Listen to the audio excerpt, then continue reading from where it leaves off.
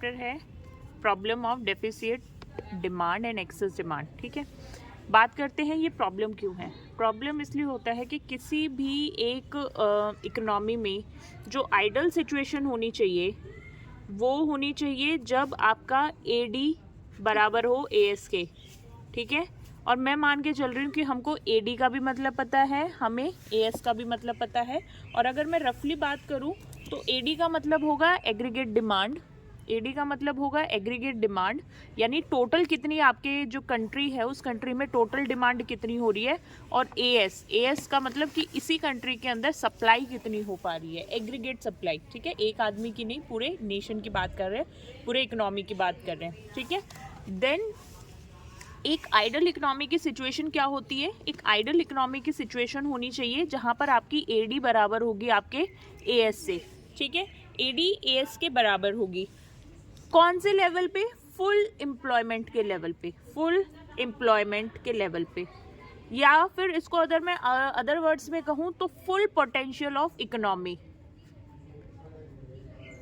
Potential of economy यानी economy की सारी जो पोटेंशियल है उसके ऊपर। इसका क्या मतलब हुआ कि आपके यहाँ आपके कंट्री में आपकी इकोनॉमी में जितने भी रिसोर्सेज है, रिसोर्सेज चाहे कितने भी हैं, ठीक है, चाहे वो ह्यूमन रिसोर्स है या मटेरियलिस्टिक रिसोर्स है या कोई भी रिसोर्स है, जितने भी रिसोर्स हैं उसको आपने फुल यूज़ किया है, उसका मैक्सिमम यूज़ किया है।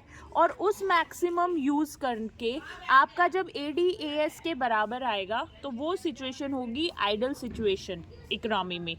ठीक है, हमको किसके लिए बात करनी है? हमको AD और AS को लिए बात करनी है। ये सिचुएशन ऑफ इक्विलिब्रियम होती है। ठीक है, और कौन से लेवल पे? जहाँ पे फुल एम्प्लॉयमेंट है, यानी आपने अपने रिसोर्सेज को फुल पोटेंशियल तक इस्तेमाल किया है, वहाँ पर जब आपकी AD और AS बराबर होंगे तो ये सिचुएशन हो जाएगी इक्विलिब्रियम की। समझ आया? लेकिन अगर थोड़ा सा भी ऊपर नीचे कुछ होता है तो वो प्रॉब्लम क्रिएट करेगा। ठीक है, ठीक है, तो फर्स्ट जो प्रॉब्लम है, ओके, दो चीज़ें हो सकती है। अच्छा, मैंने दो चीज़ें बताई मोस्टली। अगर मैं बात करूं तो एक मैंने बोला फुल एम्प्लॉयमेंट। अब एक बात बताओ, फुल एम्प्लॉयमेंट मेरे पास अगर 10 लोग हैं तो 10 लोग एक काम कर सकते हैं अपनी फुल एम्प्लॉयमेंट पे। ठीक है, अच्छा, एक काम कर सकते हैं चाहे वो कितनी भी प्रोडक्शन कर सकते हैं। लेट्स से वो 100 चेयर्स प्रोड्यूस कर सकते हैं। ठीक है, अब ये 10 अच्छी पोटेंशियल्स में 120, ये 10 लोग 12 या 15 लोगों का काम तो नहीं कर पाएंगे, क्योंकि यहाँ पर जो भी 100 चेयर बना रहे हैं ये फुल पोटेंशियल पे बना रहे हैं। और फुल पोटेंशियल का मतलब ये हुआ कि अब इनसे ज़्यादा ये काम नहीं कर पाएंगे। तो इसका मतलब है कि 10 लोग 100 चेयर बना रहे हैं अपनी फुल मेहनत से।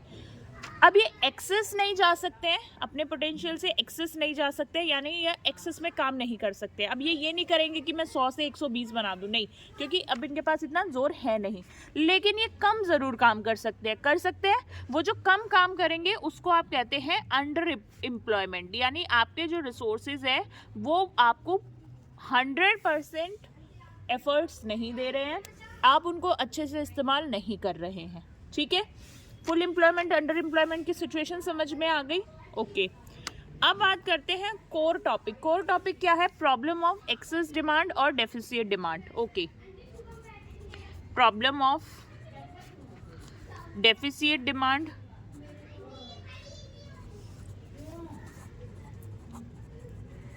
And excess demand. तो अभी हम बात करते हैं problem of deficit demand. Deficit demand का क्या मतलब है? जैसा कि नाम ही बता रहा है, मांग में कमी, डिमांड में कमी।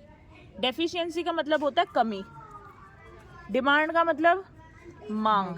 तो मांग में कमी हो रही है। ठीक है, यानी जितना होना चाहिए था, फॉर एग्जांपल एक फुल एम्प्लॉयमेंट पे जितनी AD होनी चाहिए थी, यानी अगर आपके सारे रिसोर्सेज अच्छे से एम्प्लॉयड है, पूरा प्रोडक्शन कर रहे हैं, तो फुल एम्प्लॉयमेंट पे जो आपका AD होना चाहिए था वो एक्चुअल AD से ज़्यादा है या एक्चुअल AD उससे कम है। एक्चुअल AD उससे कम है। ठीक है, एक पूरा AD का क्या मतलब है? लोग डिमांड कर रहे हैं। ठीक है, सारे लोग डिमांड कर रहे हैं, एडी का मतलब है सारे लोग डिमांड कर रहे हैं, ठीक है। अब क्या हो रहा है कि जस्ट बिकॉज किसी भी कारणवश किसी भी देश की इकोनॉमी में उतनी मांग नहीं हो पा रही है, ठीक है, लोग उतना डिमांड नहीं कर पा रहे हैं, तो यानी अब मेरे साथ क्या हो रहा है कि मेरी डिमांड जितनी होनी चाहिए थी फुल एम्प्लॉयमेंट पे वो नहीं है। समझ आया? या फिर इसको मैं एक और वर्ड में कह सकती हूँ कि आपकी जो फुल एम्प्लॉयमेंट का पॉइंट है, अच्छा इक्विलिब्रियम कौन से पॉइंट पे बताया था मैंने? फुल इक्विलिब्रियम पर, ठीक है। जो फुल इक्विलिब्रियम पे आपका जो एडी है आपके एएस से कम है।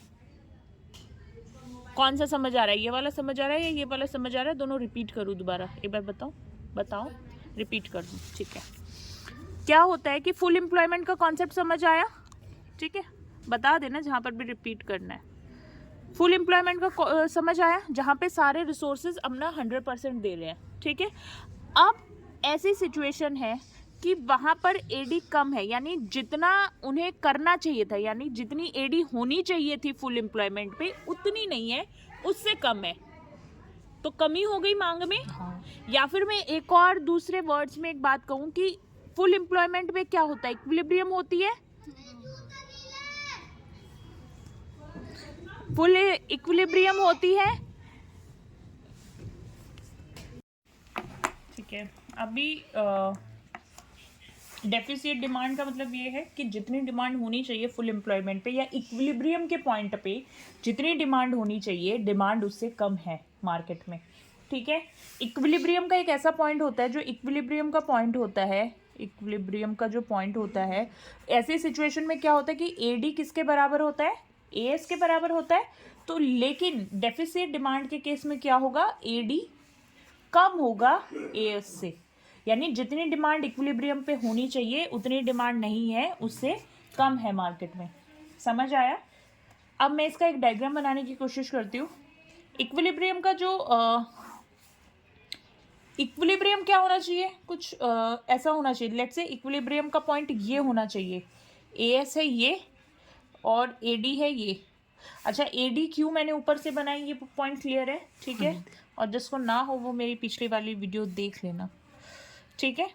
अब लेकिन डिमांड इतनी होनी चाहिए, लेकिन डिमांड इससे कम है, demand is less than what it should be, ठीक है। डिमांड इससे कम है, डिमांड इससे कम है, तो ये जो पॉइंट है, ठीक है, ये गैप है, डेफिशिएंसी गैप है,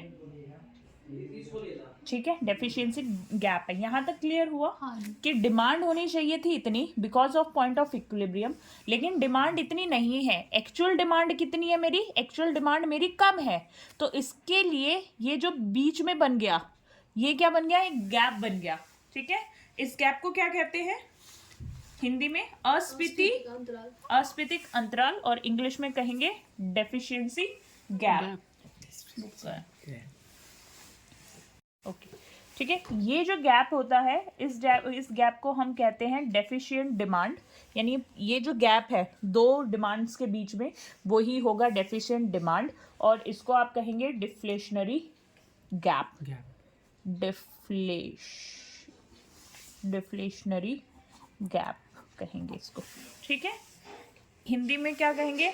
अस्फीतिक अंतराल कहेंगे, ठीक है। यहाँ तक क्लियर हुआ? एडी कम होने का क्या मतलब है समझ आया?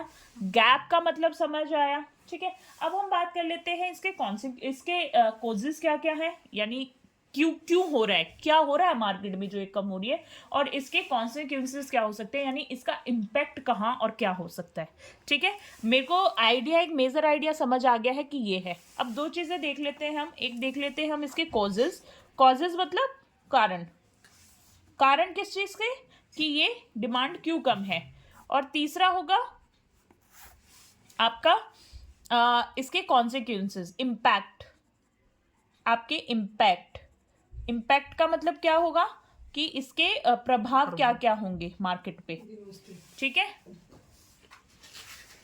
ठीक है, अब हम कारण देख लेते हैं। अच्छा मुझे अब एक बात बताओ, एडी किससे मिलके बनता है? एडी का हमको सबको पता है, एडी किससे मिलके बनता है?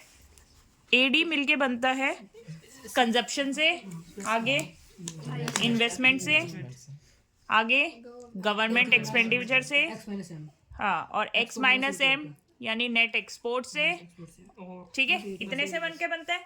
एडी कम कब होगा? एडी कम तब होगा जब इनमें से किसी एक में कमी आएगी, है ना, इनमें से कोई भी एक कम हो जाएगा तो कमी आएगी, आएगी कमी, ठीक है।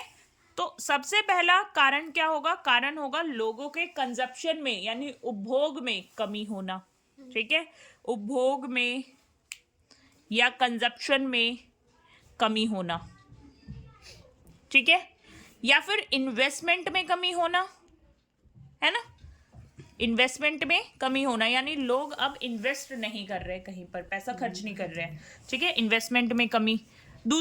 तीसरा गवर्नमेंट एक्सपेंडिचर्स में कमी यानी जो गवर्नमेंट को जितना खर्चा करना चाहिए गवर्नमेंट उतना खर्चा नहीं कर रही है, किसी भी कारणवश उससे कम कर रही है। तीसरा, शायद हमारे जो एक्सपोर्ट हो रहे हैं यानी जो बाहर के देश से हमारी मांग आ रही है वो कम हो गई है, ठीक है।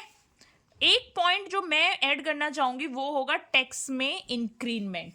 कैसे? टैक्स बढ़ जाएंगे तो लोगों की इनकम कम हो जाएगी, ये बात समझ रहे हो, इनकम पे टैक्स लगता है। पहले मेरे को 2000 टैक्स देना पड़ रहा था, तो 10,000 मेरी इनकम थी, 2000 टैक्स दे दिया, कितने बच गए? 8000 बच गए, तो मेरे पास इनकम थी। लेकिन अब गवर्नमेंट ने टैक्स बढ़ा दिया, तो अब टैक्स क्या हो गया? अब टैक्स हो गया 4000। तो पहले मैं 8000 मेरे पास इनकम थी, डिस्पोजेबल इनकम जिसको मैं खर्च कर सकती थी। अब क्या है? अब मेरे पास इनकम है 6000 बच गई, तो मेरी इनकम कम हो गई, तो मेरे खर्चे भी कम हो जाएंगे। तो कारण क्या होंगे इसके? कि उपभोग में कमी आ रही है, ठीक है, इन्वेस्टमेंट में कमी आ रही है, गवर्नमेंट एक्सपेंडिचर कम हो रहे हैं, आपके एक्सपोर्ट्स कम हो रहे हैं और आपका टैक्स बढ़ रहा है। ये कहां से मैंने ड्राइव किया है? ये मैंने एडी के कंपोनेंट से ड्राइव किया है। समझ आया? अब इसके हम प्रभाव देख लेते हैं क्या क्या हो सकते हैं। अच्छा, 3 पॉइंट्सों पे हम इसको मेजर करेंगे। फर्स्ट हम करेंगे स्टॉक या इन्वेंट्री पर, ठीक है। अच्छा, यहां तक ना समझ में आए तो बता देना, ठीक है। दूसरा हम इसमें बात करेंगे प्राइस पे क्या फर्क पड़ेगा, या और फिर हम बात करेंगे प्रॉफिट भी बात कर लेंगे हम, और एक हम बात करेंगे एम्प्लॉयमेंट पे, ठीक है। हम इन 4 चीजों पे देखेंगे। अब मुझे बताओ एडी क्या है इस सिचुएशन में? क्या है? एडी कम है या ज्यादा है? कम है। यानी लोग क्या कर रहे हैं? डिमांड कम कर रहे हैं, ज्यादा कर रहे हैं? कम कर रहे हैं, डिमांड कम कर रहे हैं। अगर लोग डिमांड कम कर रहे हैं तो जो ऑलरेडी स्टॉक बने रखे हैं क्या उन्हें कोई खरीदेगा? नहीं खरीदेगा। यानी जो स्टॉक है वो क्या हो जाएगा? इंक्रीज हो जाएगा। समझ आया? ठीक है। प्राइस क्या है? जब कोई डिमांड ही नहीं कर रहा है, हाँ, जब कोई डिमांड ही नहीं कर रहा है तो हम अट्रैक्ट करने की कोशिश करेंगे, तो हम क्या करेंगे? प्राइस को क्या कर देंगे? कम कर देंगे। अब सेल भी नहीं हो रही है, प्राइस भी कम हो गया है, तो प्रॉफिट क्या हो जाएगा? कम हो जाएगा। एम्प्लॉयमेंट पे क्या असर पड़ेगा? एम्प्लॉयमेंट भी कम हो जाएगी। तो क्या इकोनॉमी के लिए अच्छा है? सब कुछ कम कम कम कम कम कम हो रहा है, तो ये सिचुएशन एक इकोनॉमी के लिए अच्छी नहीं मानी जाएगी। समझ आया? यहां तक समझ आ गया? ठीक है।